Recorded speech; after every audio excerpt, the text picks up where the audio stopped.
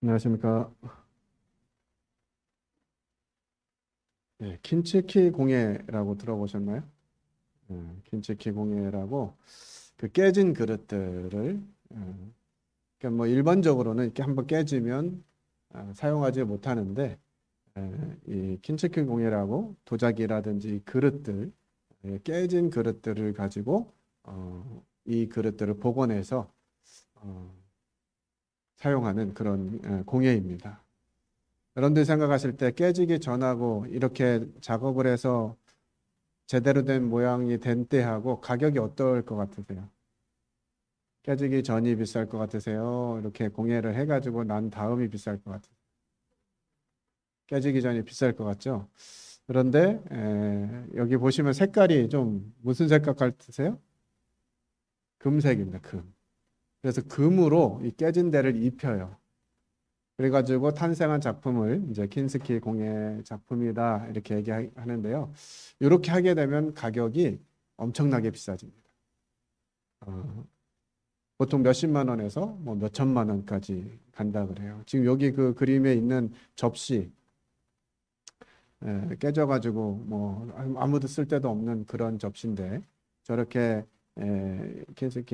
킨스키 공예를 통해서 복원을 해놓으면 저 접시가 한 14만 원 정도 한다고 합니다.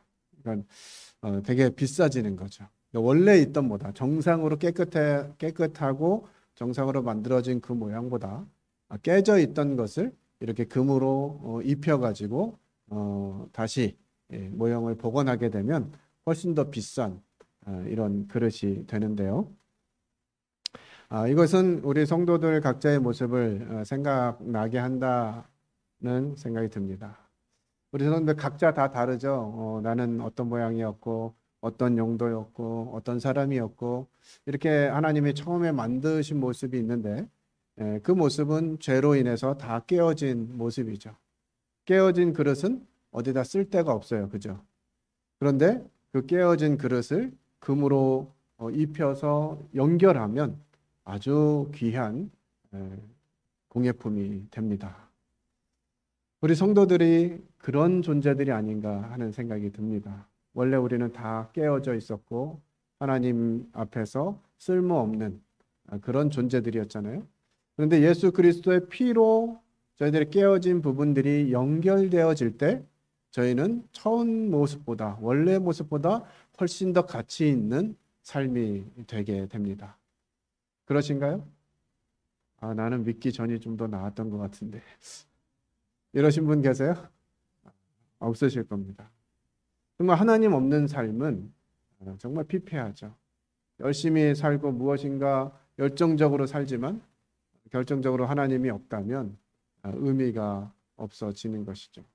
그래서 하나님으로 인해서 우리들의 인생이 다듬어질 때 우리들은 완전히 새로운 사람으로 더 원래 만들어져 있던 수준보다 훨씬 더 좋아진 모습으로 살아갈 수 있게 하셨고요.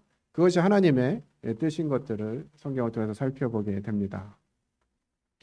하나님께서는 이 깨어진 인생을 귀하게 다시 만드시는 리모델링 전문가예요. 그래서 우리 스스로의 모습을 자꾸 쳐다보면서 나는 왜 이럴까, 나는 왜 이럴까 생각하기보다는 이런 나를 하나님이 어떻게 빚으셔서 하나님이 쓰실 만한 그릇으로 만들어내셨는가를 우리는 한번 생각해 보면 좋겠다 하는 생각이 듭니다. 이와 관련돼서 오늘 말씀의 주제는 사랑의 두 가지 축이다 라고 하는 제목으로 여러분들과 하는 말씀을 좀 나누고자 합니다. 하나님의 사랑의 두 축은요, 첫 번째가 있는 모습 그대로 사랑하신다는 것이 우리가 어떻든 간에 뭐 키가 크든 작든 뭐 뚱뚱하든 날씬하든 뭐 잘생겼든 좀 덜 생겼든 예, 우리의 모습과 상관없이 하나님께서는 우리를 있는 모습 그대로 사랑하신다는 거예요. 그래서 하나님께로 나오지 못할 만한 사람이 없습니다. 어떤 죄인이라 할지라도 어떤 모습을 하고 있다 할지라도 하나님께 나아오는 데는 제한이 없어요. 우리 주님 십자가에서 죽으실 때 뭐 십자가에 죽으신 모습이 다양하게 그려져 있긴 합니다만 일반적으로 알려져 있는 것은 두 팔을 벌리고 달려 죽는, 이것이 이제 십자가형의 대체적인 모습인데요. 그렇게 두 팔을 벌리셔서 죽으시는 그 장면을 보게 될 때, 그것은 누구든지 내게로 오라고 하시는, 나에게 지금 창을 찌르고 모욕하고 비난하는 이런 사람들조차도 우리 주님께서는 그들을 품으시면서 아버지여 저들의 죄를 용서해 주십시오, 그들이 하는 바를 알지 못합니다 하면서 중보의 기도를 하셨어요. 하나님은 그 누구라도 하나님께 나올 수 있도록 하셨다라는 것이죠. 이것이 하나님의 사랑의 큰 축입니다. 그것을 증명하는 말씀이 로마서 5장 8절이죠. 우리가 뭔가 좀 하나님 보시기에 괜찮았을 때, 아니면 하나님이 보시기에 그래도 이 정도면 괜찮은데 라고 평가할 때, 하나님 우리를 위해서 죽으신 것이 아니죠. 언제 죽으셨어요? 우리가 아직 죄인 되었을 때, 정말 꼴보기 싫고 아우 쓸데없고 정말 가치 없는, 그럴 때 하나님께서 그 아들을 우리를 위해서, 우리를 대신해서 죽게 하셨다라고 하는 것이에요. 이것은 하나님이 이 세상에 있는 모든 사람이 구원받고 하나님 나라에 이르기를 원하시는 이와 같은 하나님의 마음을 생각나게 합니다. 이것이 한 축이고요. 또 한 가지 축이 있는데요. 이 하나님의 사랑은 그냥 있는 모습 그대로 받아주시는 데서 끝나지 않는다는 것입니다. 우리 성도님들이 여기서는 조금 더 생각을 하셔야 돼요. 하나님이 나를 있는 모습 그대로 사랑하시는데 내가 있는 모습 그대로 있기를 원하지 않으신다는 거예요. 자녀들이 어릴 때 보면 정말 가관일 때가 많습니다. 그죠? 요즘 아이들은 이 밥을 먹을 때도 다 여기 턱받이 뭐 이런 거 해가지고 뭐 바닥에 더러워지거나 이러질 않아요. 그런데 저희 아이들 키울 때만 해도요, 정말 참 대단했을 때가 많습니다. 막 지가 싸놓고 거기서 막 그냥 그걸로 창작물을 만들고 있고, 막 온 막 바닥을 막 해놔도 어때요? 아유, 이 사랑받을 놈 막 그러면서 또 다 치워줍니다. 이게 부모 마음이죠. 그런데 아무리 부모라 그래도 사랑하니까 그냥 막 자기가 싼 거를 창작물로 만들어 막 비벼놓고 막 이런 거 그냥 놔두실 분 계세요? 한 번은 저희들이 이제 시골에 살 때 저희 큰아들 경성이가 논두렁에 빠져가지고 아주 그냥 온 몸이 그냥 진흙탕이 돼가지고 들어온 적이 있었어요. 엄마! 그러고 문을 딱 여는데 그 몰골이 정말 대단했습니다. 어떻게 했을까요? 어떻게 했어요? 사랑하니까. 그래, 얼른 들어와. 이불 속으로 쑥 들어가. 그랬을까요? 어떻게 해야 돼요? 씻게 해야 돼요. 아무리 사랑해도요, 이 더러워진 이 모습 그대로 두고 볼 수는 없어요. 씻기고 깨끗하게 한 다음에 다시 이 가정 안에서 생활을 할 수 있도록 하는 것이죠. 마찬가지로 하나님께서도요, 우리가 있는 모습 그대로 하나님께 나오길 원하시지만, 하나님은 그래, 너 있는 모습 그대로 그냥 계속 살아, 이렇게 하시지 않는다는 거예요. 오히려 주님은 오라 하실 뿐만 아니라 나를 따르라 하시는 것이죠. 그냥 너 살던 대로, 행하던 대로, 했던 대로 그렇게 살아, 이것이 아니라 나를 따르라 라고 말씀하시는 거예요. 하나님은 우리를 있는 모습 그대로 부르시지만 우리를 하나님의 사랑의 또 다른 축으로 인도하셔서 우리를 거룩하게 하기를 원하신다고 하는 것입니다. 이것이 두 가지 축입니다. 우리는 근데 어디에 많이 집중하고 있느냐? 있는 모습 그대로. 찬송도 있죠. 내 모습 이대로. 그냥 이대로 있는 거 좋아하는 것 같아요. 왜 있는 그대로만 생각할까요? 뭔가 하나님의 또 다른 축의 사랑을 생각하면 뭔가 이렇게 많이 내가 부족한 것 같고 내 힘으로 과연 할 수 있을까? 잘 못하는 거죠. 그래서 많은 경우에 성도님들이 무슨 얘기를 하냐면, 뭐가 잘 안 되면 무슨 얘기해요? 에휴, 죄인이라 어쩔 수가 없어. 연약해가지고 어쩔 수가 없어. 이렇게 많이 얘기한단 말이에요. 그러나 우리 주님이 그렇게 생각하시느냐? 우리가 죄인이었기 때문에 그냥 그대로, 우리가 연약하기 때문에 그냥 그대로 있기를 원하느냐? 그렇지 않으신다고 하는 거죠. 우리 요한복음 8장 1절로 11절에 있는 말씀을 한번 보도록 하겠습니다. 형제님들이 한 절 읽으시고 자매님들이 한 절 읽으시고 그대로 교독하도록 하겠습니다. 형제님들부터 먼저 읽겠습니다. 시작. 예수는 감난산으로 가시니라. 아침에 다시 성전으로 들어오시니 백성이 다 나오는지라 앉으사 그들을 가르치시더니 서기관들과 바리새인들이 음행 중에 잡힌 여자를 끌고 와서 가운데 세우고 예수께 말하되 선생이여 이 여자가 간음하다가 현장에서 잡혔나이다. 모세는 율법에 이러한 여자를 돌로 치라 명하였거니와 선생은 어떻게 말하나이까? 그들이 이렇게 말하면 고발할 조건을 얻고자 하여 예수를 시험함이로라. 예수께서 몸을 굽히사 손가락으로 땅에 쓰시니 그들이 묻기를 맞이 아니하는지라. 이에 일어나 이르시되 너희 중에 죄 없는 자가 먼저 돌로 치라 하시고 다시 몸을 굽혀 손가락으로 땅에 쓰시니 그들이 이 말씀을 듣고 양심의 가책을 느껴 어른으로 시작하여 젊은이까지 하나씩 하나씩 나가고 오직 예수와 그 가운데 섰는 여자만 남았더라. 예수께서 일어나사 여자 외에 아무도 없는 것을 보시고 이르시되 여자여 너를 고발하던 그들이 어디 있느냐? 너를 정죄한 자가 없느냐? 같이 읽겠습니다. 시작. 대답하되 주여 없나이다. 예수께서 이르시되 나도 너를 정죄하지 아니하노니 가서 다시는 죄를 범하지 말라 하시니라. 네, 잘 알고 있는 말씀이죠. 현장에서 간음하다 잡혀온 이 여인의 기사가 요한복음 8장에 기록되어져 있습니다. 현장에서 붙잡힌 이 여인의 상황은 이렇습니다. 간음하다가 현장에서 붙잡혔어요. 그런 자들을 어떻게 하라고 했느냐고 율법에는 돌로 치라고 했습니다. 그래서 사람들이 둘러서 있는데 이미 사람들의 손에 이미 돌이 하나씩은 들려져 있어요.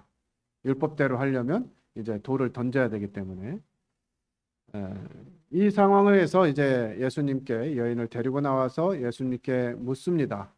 율법에는 이런 여인을 돌로 치라고 되어 있는데 선생은 어떻게 하길 원하십니까? 이렇게 물어보니까 예수님 뭐라고 대답하셨어요? 대답은 안 하시고 바닥에다가 뭔가를 쓰십니다. 우리는 쓸데없이 이런 데 관심이 자꾸 생겨요. 그죠? 뭐라고 쓰셨을까요? 뭐라고 쓰셨을까? 여기서 위대한 진리를 발견해 가지고 놀라운 걸 깨닫는 것은 성경적이지 않습니다. 주님이 바닥에다가 내가 너를 사랑한다라고 쓰셨다 하면서 하나님이 우리를 어떻게 사랑하셨는지를 풀어내는 거 굉장히 신령한 것 같고 어떻게 그 바닥에 사랑이라고 쓰셨을까 이걸 고민하면서 저분은 대단한 걸 깨달으셨다 이렇게 생각할지 모르겠는데요. 성경을 이런 식으로 깨닫고 적용하면 안 돼요. 성경은 그냥 있는 그대로 받으시면 됩니다. 우리 주님이 그렇게 쓰시니까 사람들이 자꾸 재촉을 하는 거죠. 그때 예수님이 너희 중에 죄 없는 자가 먼저 돌로 쳐라 이렇게 얘기하십니다. 사람들이 그 얘기를 듣고서 어른으로부터 아이까지 다 물러가게 됩니다. 그리고 이제 예수님과 그 여인만 남게 되죠.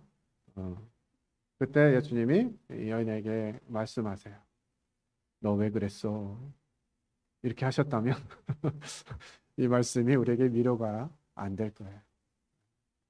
사람들이 없으니까 예수님과 1대1이니까 예수님은 내 부끄러움을 들춰내도 할 말이 없지. 그러니까 예수님이 다 어디 갔네? 그러게 너 왜 그랬니? 이렇게 하셨다면 우리한테 감동이 없었을 거예요. 근데 예수님 뭐라 그러셨어요? 너를 정죄하던 자가 어디 있느냐? 없습니다 하니까 우리 주님이 나도 너를 정죄하지 않겠다 하고 이 말씀이 끝났으면 또 우리에게 감동이 좀 덜했을 것 같아요. 우리가 묵상할 말씀이 줄어들었으리라 생각이 듭니다. 근데 뭐라고 하셨어요? 가서 다시는 죄를 짓지 말라 하셨어요. 그러니까 예수님은 우리를 있는 모습 그대로 받으시지만 그대로 살기를 원하시는 것은 아니에요. 야, 다행히 너 돌로 쳐 죽음을 면했으니까 이제 앞으로는 걸리지 않게 들키지 않게 잘해. 이렇게 하셨을까요? 그게 아닌 거예요. 가서 더 이상 죄를 짓지 말라는 거예요. 그동안 했던 이거 끊으라는 거예요.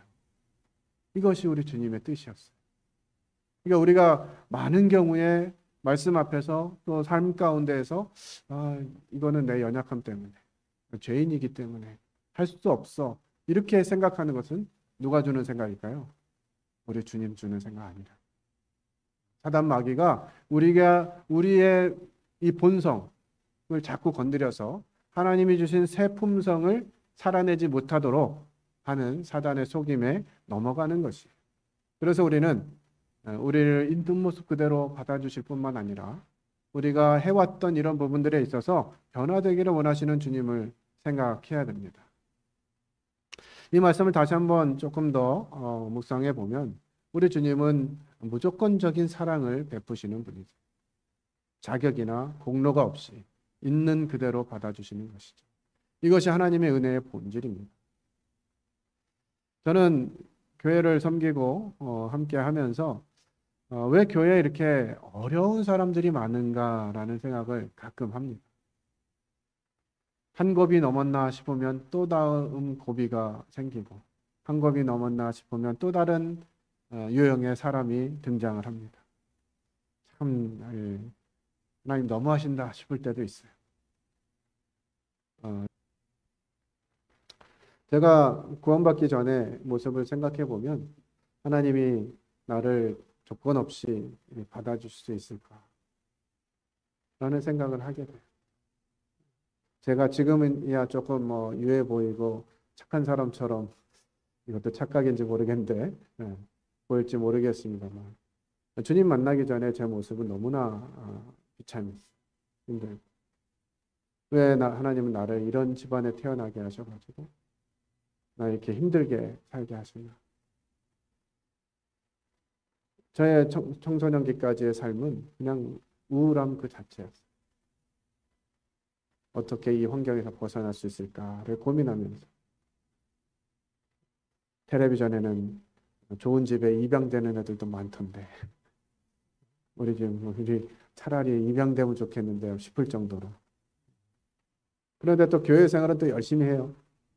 교회에서 열심히 나가고 제가 주일학교 6년 동안 2번밖에는 안 빠졌어요. 교회를. 어떻게 해서 안 빠졌냐? 그 교회를 다니던 교회. 한 번은 연탄가스를 맡아가지고 일어날 수 없을 때 한 번 빠졌고요. 한 번은 이제 독감에 아주 심하게 독감이 걸려서 한 번 빠졌어요. 그 정도로 열심히 다녔잖아요. 그런 아이는 교회 생활을 참 성실하게 잘했을까요? 그렇게 매일 나오는 애들은 참 교회를 힘들게 해요. 사고 치는 거죠. 매주 사고를 쳐요. 설교 시간에 강대상 앞에까지 나가가지고 막 싸우고 그런 아이였어요. 그러니까 참 교회에서도 좀 안 나왔으면 이랬을 것 같기도 하고 여러 가지로 힘들었던 그런 저를 하나님이 그냥 조건 없이 받아주시고 그 사랑이 얼마나 큰지를 말씀해 주셨어요. 주님 앞에 돌아와서 주님 저의 죄를 용서해 주십시오 하고 주님께 고백했을 때 주님이 너 지금까지 네가 지은 죄를 다 목록해서 가져와 봐라 이렇게 하지 않으셨어요. 제가 어떤 사람인지 아시니까 내가 너 대신 그래서 내가 이 땅에 왔다. 그래서 내가 너를 위해서 십자가에 죽었다. 네 죄 스스로 해결할 수 없으니까 그런 너를 위해서 내가 이 땅에 온 것이다 하고 말씀해 주셨어요. 주님을 만났을 때 그동안 내 삶이 어땠는가를 돌아보고 그대로 살고 싶지 않았어요. 이제 주님을 만났기에 새롭게 살아야지 마음 먹고 하나님 위해서 살겠노라고 다짐합니다. 구원 받으니까 그냥 모든 것이 새로워지고 새로운 능력이 덧입혀져 가지고 하루아침에 완전한 삶을 살게 되죠. 다들 그렇게 되셨죠? 그렇게 마음 먹으면 먹을수록 어때요? 좌절감에 빠지게 됩니다. 나 구원 받았는데 하나님의 자녀가 됐는데 내가 왜 여전히 이러고 있지? 라고 하는 부분들을 발견하면서 여러 번 구원 안 받은 거 아닌가? 이런 착각에 빠지게 되죠. 내가 이러고도 구원 받았다고 할 수 있나? 라는 생각도 하게 됩니다.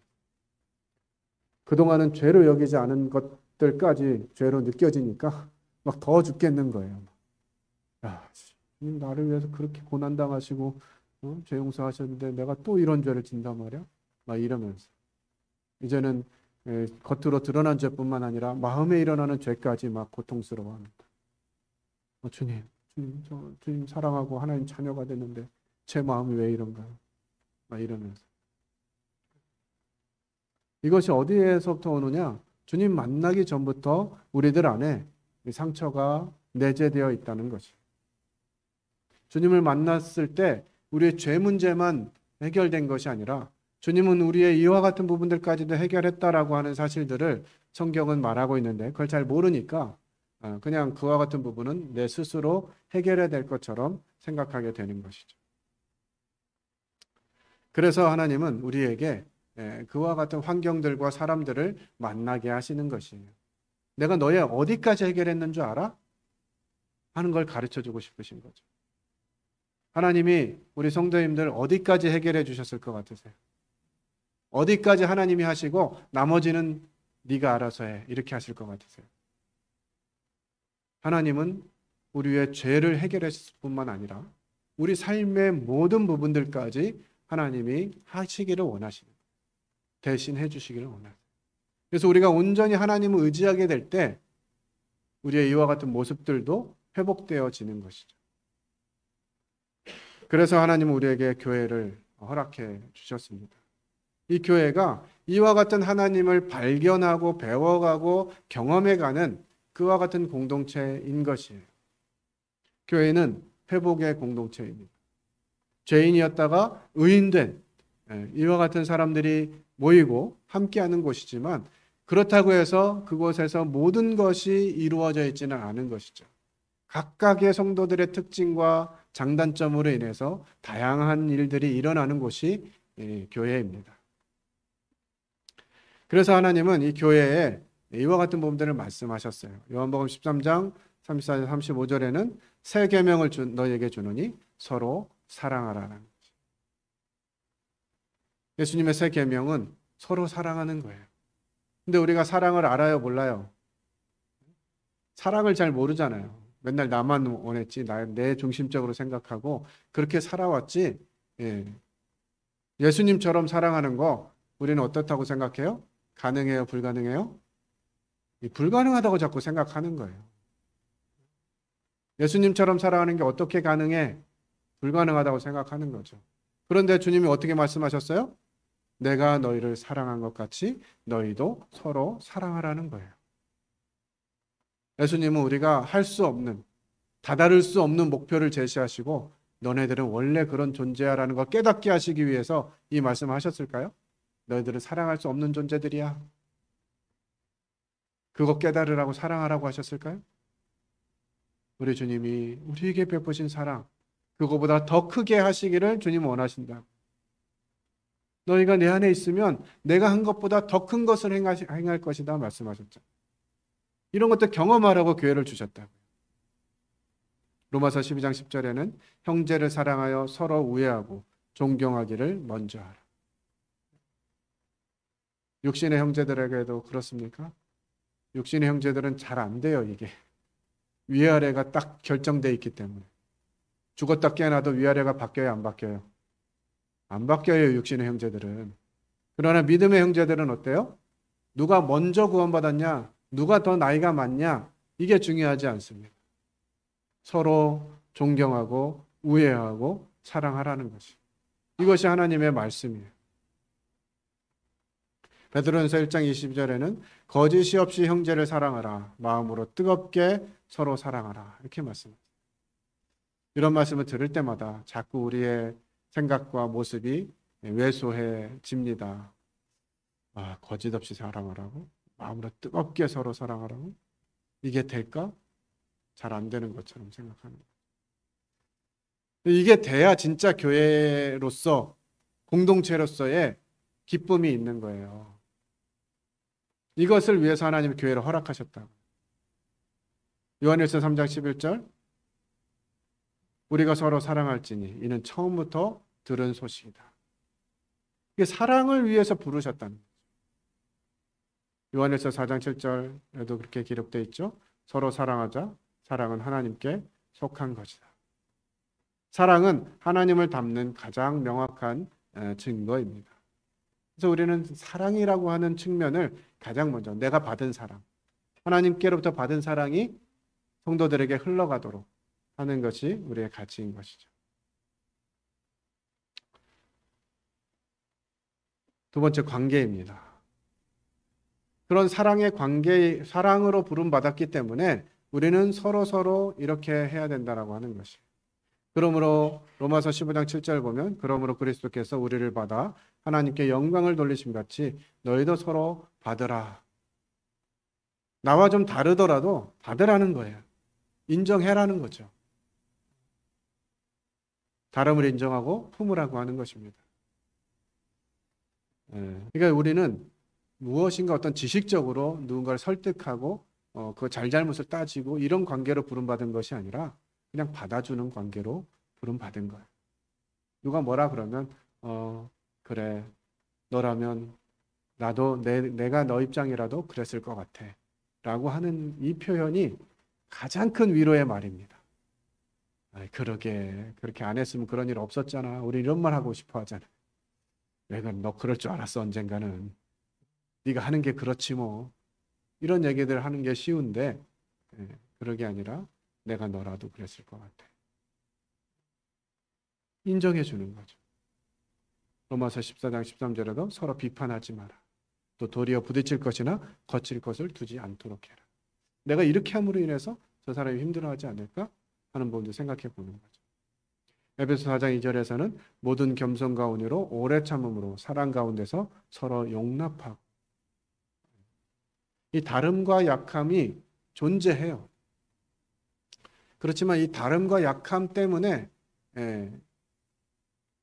서로 힘들어하게 하고 어렵게 하고 교회를 떠나게 하고 이런 일이 있어서는 안 된다고 하는 거죠. 그래서 골로새서 3장 13절에 이렇게 이야기합니다. 누가 누구에게 불만이 있거든 서로 용납하여 피차 용서하라. 불만은 있을 수 있어요. 나랑 다르기 때문에 불편함이 있을 수 있죠. 그런데 어떻게 하라고요? 서로 용납하라는 거예요. 아, 그 사람이라면, 그 사람이었다면 그럴 수 있었겠구나 하는 거죠. 그래서 많은 경우에 우리는 다른 사람들이나 다른 성도들이나 이런 부분들에 이야기하게 되게 되는데요. 그때 항상 제 아내에게도 그러고 아이들에게도 그런 얘기를 자주 하는데 그럴 만한 사정이 있었을 거다. 먼저 이걸 바닥에다 깔고 생각해라. 내 생각하고 다르니까 내가 원하는 바로 결정이 안 되니까 왜 그렇게 했을까라고 하는 생각이 먼저 들게 되는데 그것 전에 그럴 만한 사정이 있었을 거야 라는 생각을 먼저 가지라는 거죠. 교회에서 인도자들이 형제님들이 기도하면서 어떤 일들을 결정한 일들이 우리 성도님들에게 다 기쁨이 되지는 않을 거예요. 그래 역시 그래야지 라고 하는 결정들만 하지 않을 거예요. 때로는 불편할 수도 있고요. 때로는 마음이 많이 힘들 수도 있어요. 그럴 때 왜 그렇게 결정했을까라기보다는 그럴 만한 사정이 있었을 거야 라고 생각하는 것이 유익하다는 거죠. 서로 용납하고 용서하는 게 필요한 겁니다. 그리고 서로 권면하고 서로 세워주라는 것이죠. 세 번째로 교회는 섬김과 겸손이 있어야 합니다. 갈라디아서 5장 13절에 사랑으로 서로 종 노릇하라 그랬어요. 종은 어떻게 하는지 한번 보세요. 그냥 종은 시키는 대로 하는 게 종의 모습이죠. 그래서 누군가 요청을 하면 요청받은 대로 하면 되는 거예요. 요한복음 13장 14절에 주님이 이렇게 말씀하셨어요. 내가 너희 발을 씻겼으니 너희도 서로 발을 씻기라. 다음 주부터는 세숫대야를 좀 가져오시기 바랍니다. 발을 씻기라 그랬으니까 발을 씻겨야죠. 이렇게 적용하는 근본주의자들이 있어요. 우리는 오늘날 발을 씻기는 이런 가끔 뭐 수련회나 이럴 때 한 번쯤은 해볼 만한 것 같아요. 남의 발을 씻겨주는 게 어떤 의미일까, 어떤 경험일까 하면서 그만큼 상대방을 존중하고 낮은 자세에서 섬기라고 하는 거죠. 발을 닦으려면 어디에서 닦아야 돼요? 머리 위에서 닦아야 되나요? 안 되잖아요. 발 밑에서 닦아야 되잖아요. 그 자세를 말하는 거죠. 낮아짐과 섬김의 모범을 우리 주님 보여주셨어요. 빌립보서 2장 3절에서도 서로 자기보다 남을 낮게 여겨라 말씀하십니다. 갈라디아서 6장 2절에 너희가 서로 짐을 지라 그리하여 그리스도의 법을 성취하라. 함께 하는 것, 짐을 함께 지는 것이 사랑의 완성임을 우리 주님이 교훈해 주셨습니다. 또 교회는 영적으로 성장하는 공동체죠. 함께 성장해야 돼요. 그래서 히브리서 10장 24절 25절 보면 서로 돌아보아 사랑과 선행을 격려하며 모이기를 피하는 어떤 사람들의 습관과 같이 하지 말고 그날이 가까움을 볼수록 더욱 모이기에 힘쓰라고 우리에게 가르쳐주고 있어요. 모이는 것이 중요합니다. 그리고 모이면 뭘 해야 돼요? 모이면 늘 행복하고 즐겁고 기쁜 것이 아니라 가끔은 교통사고가 납니다. 그죠? 성도들 간에도 함께하고 즐겁게 보내는데 꼭 교통사고가 한 번씩 나요. 그래서 서로 죄를 고백하며 서로를 위해 기도하라라고 우리에게 교훈해 주셨어요. 성도들과의 관계에 있어서 혹시 나의 연약함으로 나의 부족함으로 어려움을 줬다면 그와 같은 죄를 서로 고백하라는 거예요. 내가 그때 형제님한테 그렇게 말씀드렸는데 주님이 제 마음을 말씀하셔가지고 사과합니다. 죄송합니다. 고맙습니다. 감사합니다. 이런 거 교제하라는 거죠. 누군가는 이 말씀을 또 막 자기 지은 죄를 다 고백하라고 한 것처럼 해석해가지고 그냥 감당할 수 없는 죄들을 막 말하는 경우들도 있어요. 그런 의미는 아닙니다. 진정한 공동체는 치유와 회복의 장소여야 됩니다. 베드로전서 4장 9절 10절에 서로 대접하기를 원망 없이 하고 받은 은사로 서로 봉사하라. 은사는 서로 봉사하라고 주신 것이에요.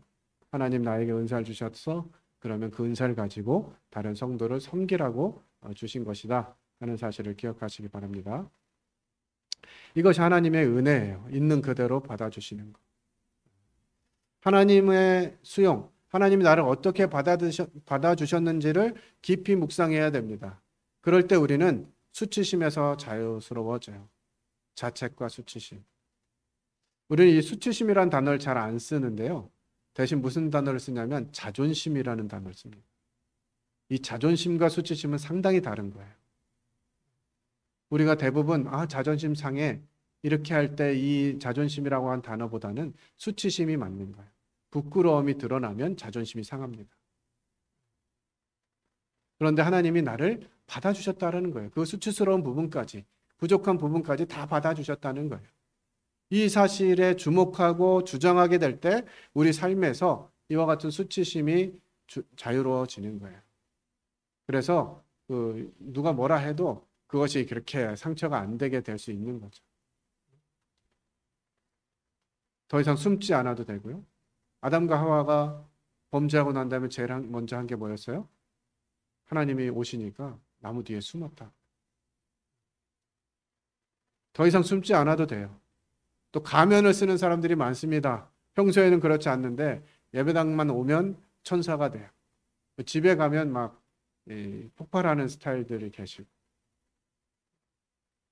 그러니까 교회에 오면 왠지 경건해야 되고 뭐 교회에 오면 좀 특별해야 되고 착해야 되고 이런 것이 아니라 있는 모습 그대로 주님이 받아주셨다.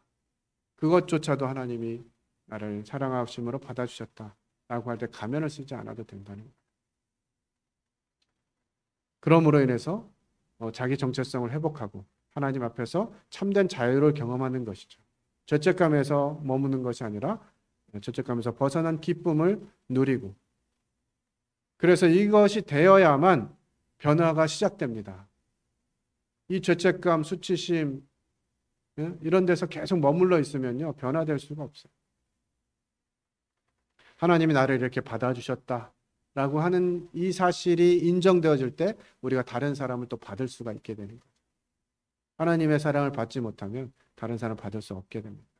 용서받은 기쁨이 없으면 용서하는 기쁨이 뭔지를 모르는 거죠. 그래서 우리 주님이 우리를 위해서 이렇게 하신 것이에요. 갈라디아서 5장 24절 같이 읽겠습니다. 시작. 너의 탐심을 십자가에 못 박았느니라. 네. 이 말씀은 직역하면 이렇습니다. 그리스도께 속한 사람은 자기 중심적 욕망을 결정적으로 단절시킨 자다라고 하는 의미예요. 정욕과 탐심을 십자가에 못 박았느니라, 이것은 글자 자체로는 하나님이 하신 것들을 생각하게 되는데요. 이 십자가에 못 박았다라고 할 때 이 못 박았다라고 하는 단어는 주도적인 선택을 말하는 거예요. 단절에 대한 주도적인 선택을 말합니다. 그러니까 나는 예수 그리스도와 함께 십자가에 죽었기 때문에 그동안 이렇게 해왔던 것에서 벗어나겠다라고 하는 결단과 선택이에요. 내 연약함이 있지만 그리스도께서 이 연약함을 십자가에서 감당하셨기 때문에 이 연약함대로 내버려 두지 않고 이걸 가지고 주님 앞에 나아가겠다. 내가 이것을 단절시키겠다는 결단입니다. 이것이 필요한 거예요. 이 갈라디아서 5장 24절은 예수님이 다 해주셨다라는 게 아니라 우리의 죄와 이와 같은 부분들을 해결하실 때 이렇게 하셨으니, 하나님이 완전하게 하셨으니 우리가 그 일들을 선택해야 된다라고 하는,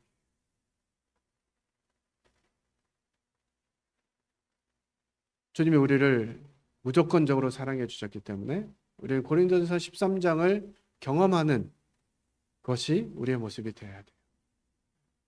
사실 깨어졌을 때는 불가능하죠.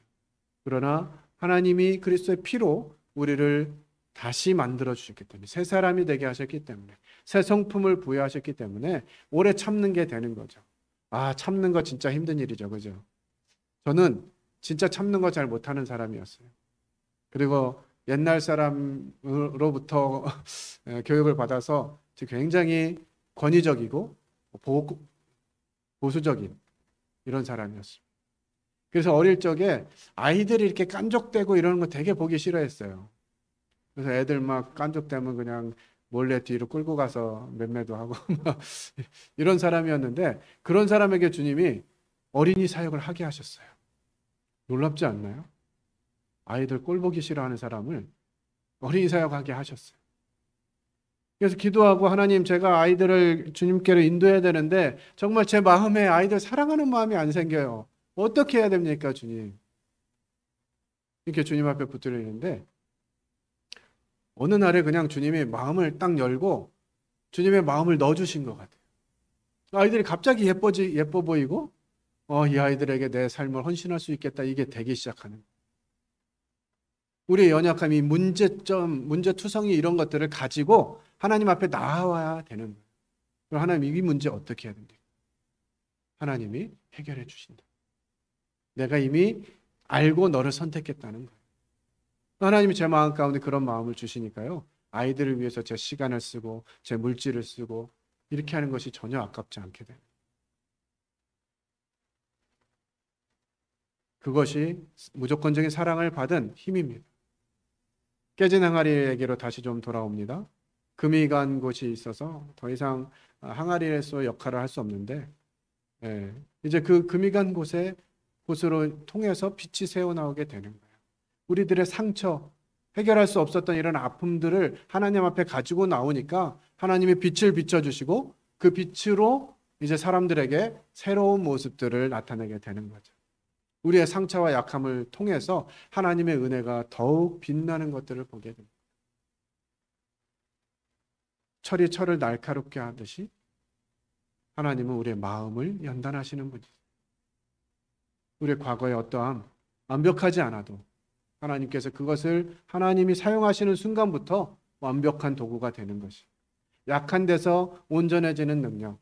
그래서 우리 그 찬송 좋아하잖아요. 약할 때 강함 대신에.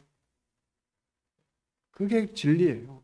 우리의 약함이 하나님 손에 붙잡혀서 강함으로 나타내지기를 하나님 원하신다는 거죠. 그래서 하나님이 우리 성도님들을 택하셔서 군포 중보교회의 일원으로 채워 놓으신 거예요. 사람 개개인 몇몇 생각하면요 깝깝합니다. 그죠? 어? 이런 사람들이 모여서 뭐 할 수 있을까? 생각이 드는 거죠. 하나님 편이라면, 하나님 입장에서 생각한다면 막 똑똑하고 재산이 있고 뭐 다 갖춘 사람들 다 갖다 모아놓으면 교회가 참 좋을 것 같은데, 하나님 그렇게 하세요? 안 하세요? 잘 안 하세요. 흠 있고 점 있고 문제투성인 것 같은 사람들을 모아놓으시고 그 안에서 하나님이 하나됨을, 사랑이 뭔지를, 서로 받는 게 뭔지를, 용납됨이 뭔지를 경험케 하신다니까요. 때로는 아프죠. 네. 아픈데 하나님 그 아픔을 통해서 우리에게 가르쳐주고 싶으신 것이, 누구에게까지? 그리스도에게까지 자라게 하시기 원하시는 거죠. 에베소 4장 15절 같이 읽겠습니다. 시작. 오직 사랑 안에서 참된 것을 하여 범사에 그에게까지 자랄지라. 그는 머리니 곧 그리스도라. 네. 우리가 구원받고 하나님 품에 들어와서 그대로 머물러 있는 걸 원하시는 것이 아니라 우리가 자라기를 원하신다고요. 누구에게까지요? 그리스도에게까지 자라기를 원하시는 거예요. 그리스도에게까지 된 사람들이 모여 있는 것이 교회가 아니라 부족하기 때문에 함께 모여서 그리스도에게까지 자라가도록 허락된 곳이 교회라는 것입니다. 우리 주님의 그 은혜 그대로 받아주시는 사랑, 이것들을 기억하면서 이제 우리는 한 걸음 더 나아가야 돼요. 우리 주님이 말씀하셨죠. 가늠한 여인에게 가서 다시는 죄를 범하지 말라. 자, 이 여인 이후에 어떻게 살았다는 내용 성경에 나옵니까? 안 나옵니까? 이 여인 어디 또 나오죠? 가늠하다 잡힌 여인 어디 또 나와요? 성경에 이 상황과 연계해서 기사가 기록되어 있나요? 없습니다. 그래서 가늠하다 잡힌 이 여인이 용서함 받고 돌아가서 어떻게 살았는지 우리는 짐작할 수밖에 없어요. 근데 이제 전승이 있잖아요. 전승. 이 일을 겪은 사람들이, 이 가늠하다 잡힌 여인을 아는 사람들이 옆에서 보고, 아, 그 여자가 그랬어, 그렇게 살았어 라고 전달해 준 말들이 있는 것 같아요. 어디 문헌으로 남아 있는 것 같지는 않은데, 그래서 이 여인은 그 후에 회개하고 변화된 삶을 살았다라고 하는 이 전승들이 이어지고 있고요. 그래서 기독교를 하나님 믿고 성경을 알아가는 사람들 중에 이상하게 중세시대 때 유럽이나 이런 데서 이 막달라 마리아랑 이 여인을 동일시하는 이런 일들이 꽤 있었다라고 제가 찾아보니까, 그래서 갑자기 지금 가늠하다 잡힌 여인이 막달라 마리아가 돼가지고 주님을 만나러 갔다, 주님 무덤에 막 달려갔다, 이렇게도 연결되어지는 경우도 들었어요. 그렇지는 않습니다. 이 가늠하다 잡힌 여인이 귀신 들려가지고 다시 고침받고 예수님에서 산 사람은 아니에요. 우리 주님이 이 여인을 용서하셨어요.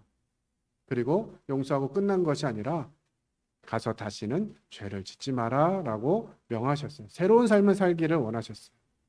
용서는 죄를 계속할 면허증이 아닙니다.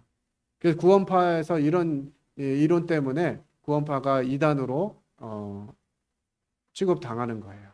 뭐 때문에?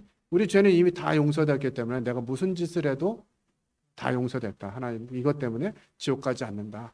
막 이렇게 이야기하면서 강조하면서 그냥 삶을 막 살도록 하는 이런 것들을 얘기하는 것이죠. 그렇지만 용서는 죄를 계속하도록 하는 면허증이 아니다라는 것입니다. 용서는 변화의 출발점이고 새로운 시작이라는 거예요. 이제 그동안 그렇게 한 것에 대해서 내가 다 해결했으니까 앞으로 그렇게 살지 말라는 거죠. 하나님의 은혜는 우리를 죄에서 자유케 하는 능력이에요.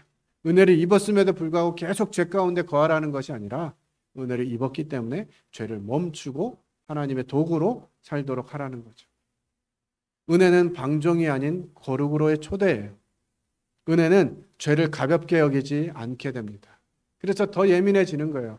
내가 이런 생각까지, 이런 말을 한다고 행동을 하지 않더라도 더 죄에 대해서 예민해지면서 주님을 찾게 되는 거죠. 은혜는 우리를 거룩한 삶으로 초대하고요. 하나님 우리를 있는 그대로 받으셨지만 그 상태 그대로 두지는 않으세요. 그래 로마서 12장 1절 2절에 이 말씀이 나오는 거예요. 너희 몸을 하나님이 기뻐하시는 거룩한 산제물로 드리라. 이는 너희의 드릴 마땅한 예배니라 말씀하셨어요. 죄 용서를 받았기 때문에 이제 우리 몸을 하나님이 기뻐하시는 일에 드리라고 하시는 거죠. 우리의 삶 자체가 예배가 되는 것, 일상의 모든 순간이 하나님께 드리는 제사가 되는 것입니다. 이 거룩함은 분리가 아니고 헌신이에요. 하나님을 알게 되었기 때문에 교회에서만 잘하는 것이 아니라 가정에서도, 회사에서도, 학교에서도 그리스도의 사랑을 나타내는 것입니다. 그러기 위해서는 우리의 노력, 우리의 결단이 필요합니다만 성령의 인도하심과 함께하심이 필요해요. 이 세대를 본받지 말고 마음을 새롭게 해라 그랬는데 마음을 새롭게 하는 게 우리 스스로 되어지지 않습니다. 하나님의 말씀으로, 성령의 인도하심으로 가능한 거예요. 그래서 말씀을 가까이 해야 됩니다. 아침에 일어나면 하나님 말씀을 가장 먼저 대하고 하나님 음성을 구하고 오늘 하루를 어떻게 살지를 하나님께 묻고 그것을 따라서 살게 될 때 우리가 이 세대를 본받지 않게 되는 것이죠. 말씀을 잊어버리고 말씀 없이 살면 세상하고 똑같이 살아가게 됩니다. 하나님 우리를 구원해 주실 뿐만 아니라 점차 성장하게 하시고 그리스도의 분량에 이르기까지 자라게 되기를 원하신다는 거예요. 이 일에 성령이 하시는 거죠. 마음을 새롭게 하시고 말씀으로 우리 인격을 빚으시고 이 변화된다고 하는 것이 우리가 변화돼야지 막 한다고 되는 것이 아니라 성령의 도우심이 필수적이에요. 우리의 힘으로는 한계가 있잖아요. 그러나 성령이 함께하게 하실 때 가능해지는 거예요. 자, 그러면 우리는 구체적으로 어떻게 할 거냐 하는 부분들 말씀드리고 말씀 정리해야 될 것 같습니다. 우리는 매일의 죄를 고백하는 습관이 필요합니다. 말씀을 대하고 그 말씀을 순종하는 작은 결단들이 필요해요. 그리고 기도해야 합니다. 주님, 이렇게 마음 먹었는데 오늘 또 실패했네요. 다시 주님께 고백하는 시간들이 좀 필요해요. 혼자서 또 잘 안 되니까 우리 어떻게 해야 돼요? 공동체 속에서 함께 해야 되는 거예요. 나 혼자 하려고 하지 말고 그것들을 함께 하도록 하는, 내가 연약함이 있는 것이 다른 성도들에게 짐이 된다는 생각하지 마세요. 그 짐을 서로 지라고 우리를 부르셨다고요. 성도로. 내 연약함은 다른 성도를 세우는 도구가 될 수 있어요. 그래서 내 연약함을 나 때문에 누군가 불편하다 이렇게 생각하지 마시고 그냥 기쁨으로 누리시면 됩니다. 그죠? 내가 섬기는 이 섬김이 다른 성도를 기쁘게 할 수 있다는 거예요. 그래서 내 연약함을, 이 연약함 때문에 주님 앞에 못 나가거나 성도들 앞에 못 나가는 일이 없기를 소망합니다.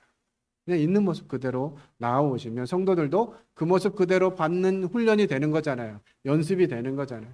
그러면 내가 내 연약함이 다른 성도들을 세우는 일이 되는 거예요. 내 연약함 때문에, 이런 부분 때문에 성도들 앞에 나아가는 거 주저하고 머뭇거려지신다면 그런 생각하지 않으셔도 된다는 거예요. 그것이 교회의 유익이라는 거죠. 그래서 우리는 공동체 안에서 함께 격려하고 책망하고 또 해야 돼요. 잘못된 일, 죄를 범하거나 이런 일들은 책망해야죠. 이런 일들이 교회 안에 있어야 됩니다. 올바로 세우려고 하는 모습들이죠. 그리고 우리의 자아, 옛자아죠. 해결하지 못하는 상처들. 이것들조차도 우리가 건강해지면, 더 건강해지면 우리의 연약함이 자꾸 표현되어져야 돼요. 그것을 통해서 강해지고 회복되어지는 이런 경험을 하게 되는 거죠. 성도들에게 나의 이런 모습 얘기하는 것이 얼마나 부끄러울까 이렇게 생각하게 되잖아요. 누가 있는데, 누구 앞에서 이런 얘기하는 것이 얼마나 부끄러운 일인가 생각해야 되는데 그것이 자유로워질 때 우리는 그것이 연약함이 아니라 우리 가운데 있는 작은 단점이지만 하나님으로 인해서 그 일들이 해결되어지고 서로 기도해 주게 되고 서로 하나가 되어지는 그런 과정으로 사용되어질 것입니다. 이 일에 성령께서 함께 하시고 우리를 인도하실 것이에요. 결론으로 말씀드립니다. 사랑은, 복음은 두 가지 축이 있어요. 있는 모습 그대로 받아주시는 하나님의 그 사랑과, 하지만 있는 모습 그대로 머무는 것이 아니라 우리가 변화되어지기를 바라는 그 하나님의 또 다른 사랑의 축이 있습니다.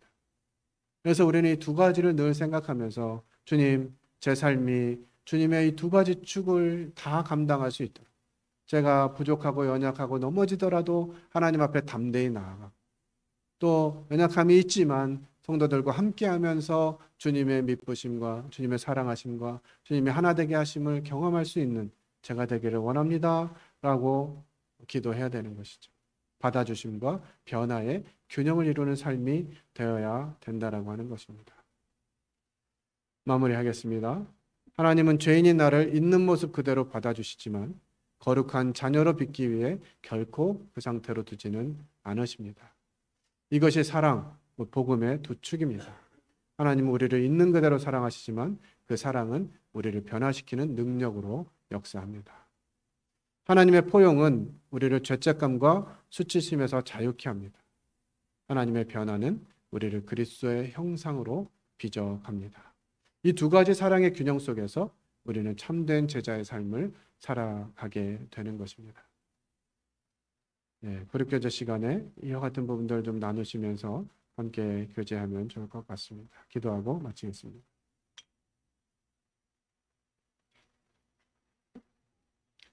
아버지 하나님, 하나님 알기 전에 저희들의 모습을 생각하면 참 하나님이 어찌 이런 자까지 사랑하셨는가 하는 부분들을 생각하게 됩니다.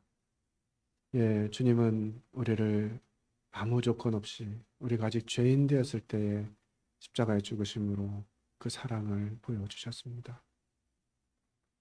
그러나 주님은 저희가 있는 모습 그대로 나오기를 원하시지만 그대로 머물기를 원하지 않으신다는 이 또 다른 축을 배우게 하심에 감사를 드립니다. 이제 하나님이 부르셨으니 하나님께서 우리를 만져주시고 깨어진 그릇이 금으로 더 귀한 공예품으로 세워지듯이 깨어졌던 우리의 삶이 예수 그리스도의 보혈로 말미암아 고쳐짐 받게 하시고 그 안에 예수 그리스도의 빛을 담아서 이제 세상에 하나님이 어떤 분이신지를 나타내도록 하는 이와 같은 능력으로 저희들을 덧입혀 주셨사오니 저희가 매일의 삶 속에서 있는 모습 그대로 머무는 것이 아니라 하나님을 기쁘시게 하는 삶으로 나아갈 수 있도록 인도해 주시기를 원합니다. 오늘 함께 하신 은혜를 감사를 드릴 때 주 예수 그리스도의 이름으로 기도를 드렸습니다. 아멘.